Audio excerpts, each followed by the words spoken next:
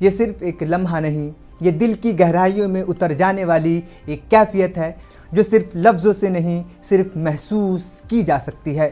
یہ وہ لمحہ ہے جب آنکھیں نم ہوتی ہے مگر دل میں ایک عجیب سا سکون اتر جاتا ہے، جب درد امید ایک ساتھ سانس لیتی ہے۔ یہ وہ احساس ہے جو روح کو چھو کر گزر جائے اور انسان کو خاموشی میں بھی بہت کچھ کہنے پر مجبور کر دے، جسے لفظوں میں مکمل بیان کر پانا شاید ممکن ہی نہیں۔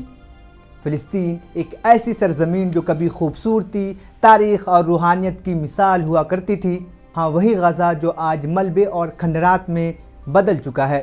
یہ وہی سرزمین ہے جہاں کبھی حضرت عمر کے قدم پڑے، جہاں نہ جانے کتنے انبیاء علیہ السلام نے اپنی زندگیاں گزاری، اور اسی بابرکت سرزمین پر حضرت محمد صلی اللہ علیہ وسلم نے تمام انبیاء کی امامت فرمائی۔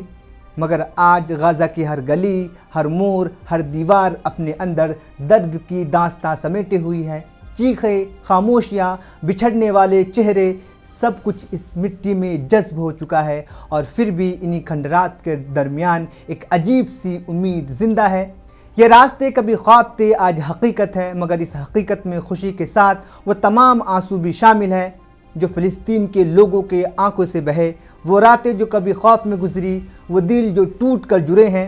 غازہ ہر دن ہمیں یہ سکھاتا ہے کہ حوصلہ کیا ہوتا ہے، کہ کیسے زخموں کے ساتھ بھی جیا جاتا ہے اور کیسے اندھیروں میں بھی روشنی تلاش کی جاتی ہے۔